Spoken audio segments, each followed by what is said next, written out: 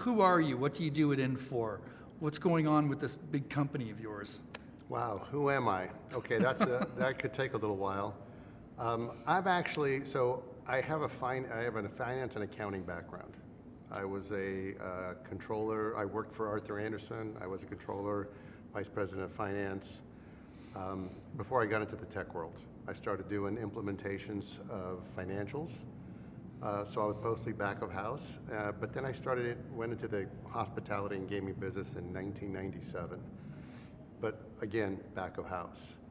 When I joined Infor in 2007, it was mostly hospitality, 100% hospitality. By 2010, the business unit was formed, and that's when I started working front of house solutions. So it's been a long journey.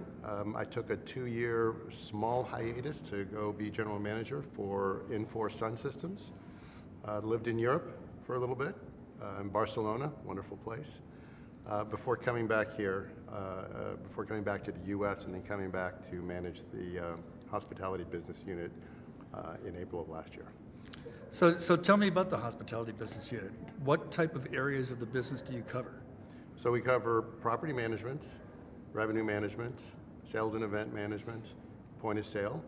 We also do a lot of business with financials, workforce management. So we actually are we do sell and implement some of the core Infor solutions, which is here at Fontainebleau, right? They have workforce management, our financials, HCM, payroll, along with the front of house solutions, which is HMS. So let's dig into that a little bit more. We're at the Fontainebleau. It's late January. I think the doors open December 13th. Yes.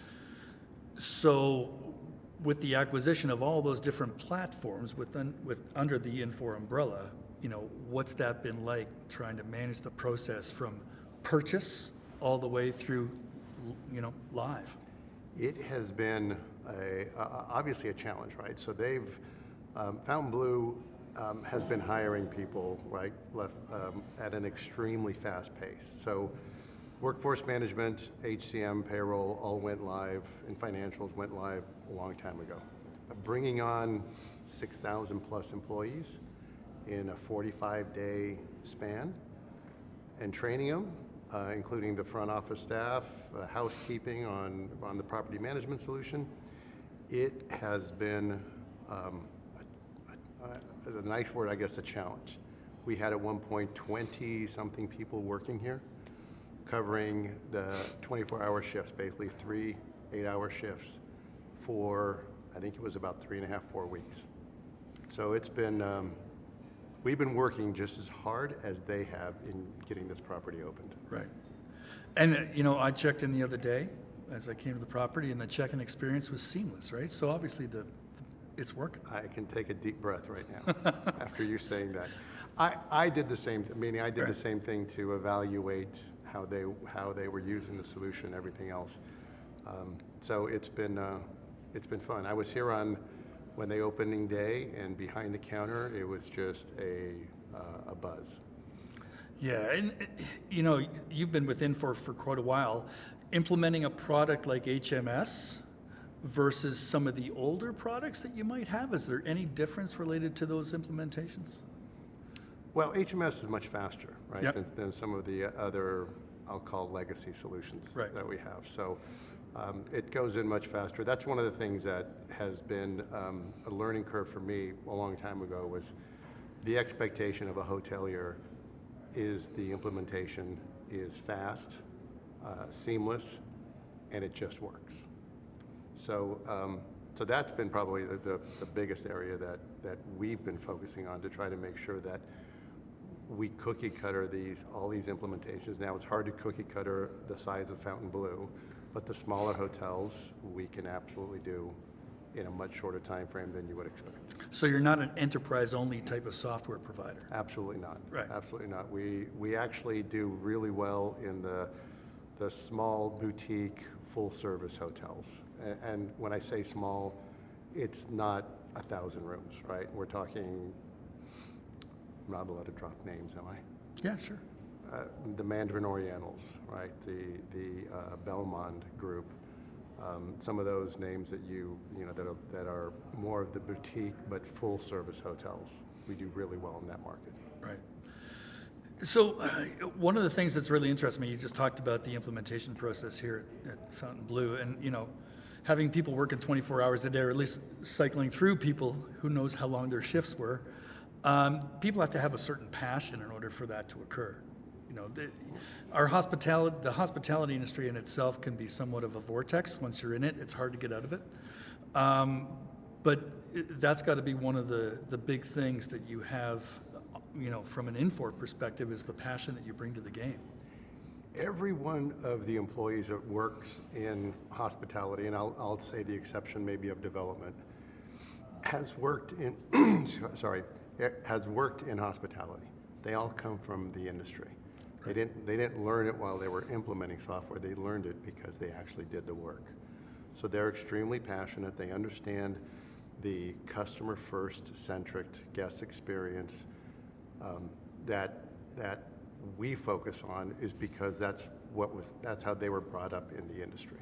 Right. So yeah, they're passionate because they know that if you can't check in a person at the front desk, that person across the desk doesn't just walk away. They stand there in front of you until and get angrier and angrier and angrier. Absolutely. But they've been through it. Yeah. So that's why they're so passionate, is because they know that if someone can't perform their job in a hotel or a large venue, it's immediate. It's right there in front of you. Yeah. So one other thing I'd like to talk about, and somebody brought it up in one of the presentations this morning, about the technology that's basically the underpinnings of what you're delivering to the marketplace. I hear AWS bandied about a whole bunch of times, and that to me is still a word that doesn't necessarily tell me what it's doing. From a tech stack perspective, you've got that relationship with Amazon, but does it help you do things better than what you would have done previously? So the Amazon tooling is incredible, meaning whether it be automation that we have or some regarding around reliability, it helps us do our job better.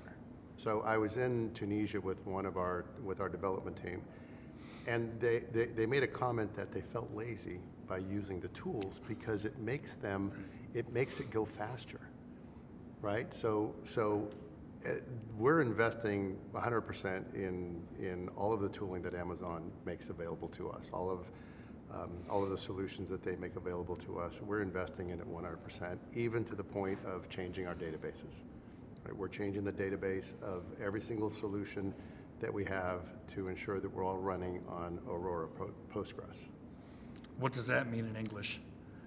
Having the solution, so right now, for instance, we have a solution, and I won't say which one, but we have a solution running on an Oracle database. We have a solution running on a Microsoft SQL database. Right. We have a solution running on Postgres Aurora. Getting to that data is different for each one of us, or each one of the solutions. So by all of the solutions getting to the same database, it makes it easier to access that data, put it into our data lake, right, and then report off that data.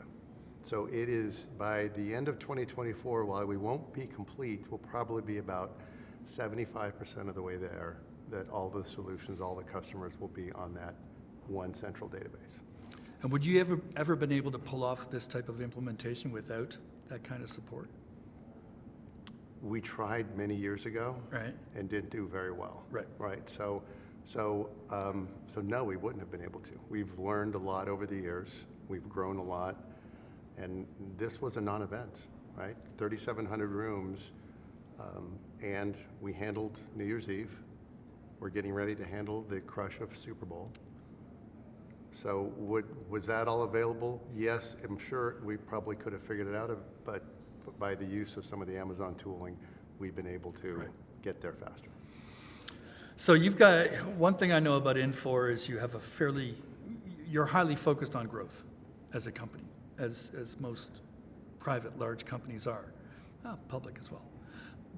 All of that being said, in the growth we're seeing within the industry, et cetera, et cetera, what do you think that the growth is going to be looking like? Not financial growth, don't want to get into that, but technology, the adaptability of what you bring to the marketplace, et cetera. Where do you think, we're going to be headed with Infor for the next 24, 36 months? Well, for us, we had to take a step back and look at the technology, look at what we were doing. And we had been focused for 10 plus years on just adding functionality to the solution, right? But then your system becomes 10 years old. So we're taking a hard look. We've changed a little bit of direction in 2024 and early in 2025. Not that we're not delivering functionality, but we're focusing on the underpinnings of what's behind it: scalability, reliability, data reporting and analytics. I know everybody says this, but AI and generative AI. But that's where we're going, right? And we're taking literally like a little refresh for our data stack so that we can get there and stay as relevant in the industry as possible. Because if you don't innovate and change ahead of what the expectation is, you become irrelevant. And is that true of every aspect of what Infor offers to the marketplace, even down to financials? I don't know if I could speak on the financial side because I'm Right. focused just on the hospitality business unit. Infor as a whole is pushing the envelope for us to continue to innovate, grow, look 36, 48 months out to make sure that we are staying on the forefront of what's coming. Technology is changing. As you mentioned today, it's changing rapidly. And you can become out of date very quickly. So Yeah. we're making sure that our data underpinnings and the technology is there for the growth of the future. So Joe Vargas, GM of Infor Hospitality, thank you very much for joining us today. It's been awesome speaking with you. Pleasure. Thank you for having me. Yeah.